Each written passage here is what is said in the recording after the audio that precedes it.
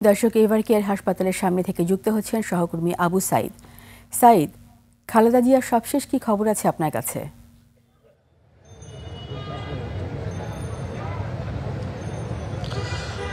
রীতা, আমি এই মুহূর্তে দাঁড়িয়ে আছি এভার কেয়ার হসপিটালের সামনে রাজধানীর, এবং এভার কেয়ার এই যে হসপিটালটি রয়েছে সেই হসপিটালটিতে গত 23 নভেম্বরে সাবেক প্রধানমন্ত্রী বেগম খালেদা জিয়া তিনি কিন্তু অসুস্থ হয়ে এখানে চিকিৎসাধীন অবস্থায় রয়েছেন, এবং এখানে যখন তিনি ভর্তি হয়েছেন তার পরবর্তীতেই কিন্তু আমরা লক্ষ্য করেছি তার যে শারীরিক অবস্থা, সেই শারীরিক অবস্থার যে অবনতি সেটি কিন্তু হয়েছে, এবং চিকিৎসকদের যে নিবিড় পর্যবেক্ষণ সেটিতে তিনি রয়েছেন। এবং আপনাকে জানিয়ে রাখতে চাই আপনার মাধ্যমে দর্শকদেরকে, আজকে ঠিক দুপুরের দিকে কিন্তু চায়না থেকে একটি 5 সদস্যের একটি মেডিকেল টিম তারা প্রবেশ করেছে, এবং আগামীকালকে কিন্তু একটি পরিপূর্ণ টিম এখানে প্রবেশ করবেন বেগম জিয়ার যে চিকিৎসা, সেই চিকিৎসা নিশ্চিত করার জন্য। পাশাপাশি আপনার মাধ্যমে দর্শকদেরকে আরেকটি তথ্য জানিয়ে রাখতে চাই যে আজকে দুপুরে বিএনপি মিডিয়া সেলের পক্ষ থেকে কিন্তু যে নোটিশটি দেওয়া হয়েছে সেখানে বলা হয়েছে যে খালেদা জিয়ার পক্ষ থেকে, অর্থাৎ খালেদা জিয়ার যে চিকিৎসা, সেই চিকিৎসা সম্পর্কে কিন্তু সর্বশেষ যে আপডেট, সেই আপডেট জানানো হবে। আসলে তার যে ব্যক্তিগত চিকিৎসক রয়েছেন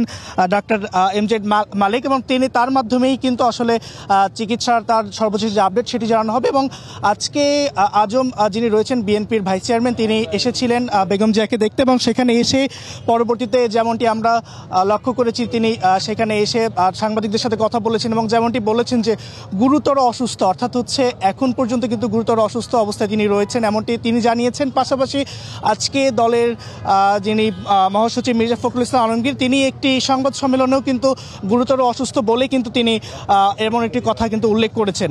পাশাপাশি বেগম জিয়ার এই যে চিকিৎসা, সেই যে চিকিৎসাকে কেন্দ্র করে আসলে এভার কেয়ার হসপিটালের সামনে কিন্তু আমরা লক্ষ্য করেছি নেতাকর্মীদের যে উপস্থিতি গত কয়েকদিনে ছিল, আজকে তুলনামূলক কম দেখছি, তবে নেতাকর্মীদের কিন্তু উপস্থিতি রয়েছে এই এভার কেয়ার হসপিটালের সামনে।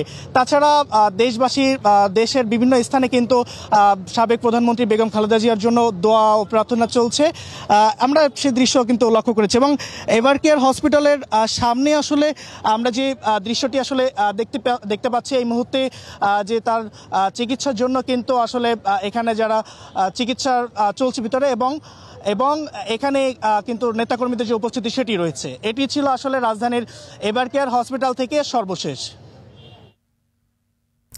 ধন্যবাদ আবু সাইদ আপনাকে। দর্শক, আমরা শুনছিলাম এভার কেয়ার হাসপাতালের সামনে থেকে জানাচ্ছিলেন খালেদা জিয়ার সবশেষ অবস্থা আমাদের সহকর্মী আবু সাইদ।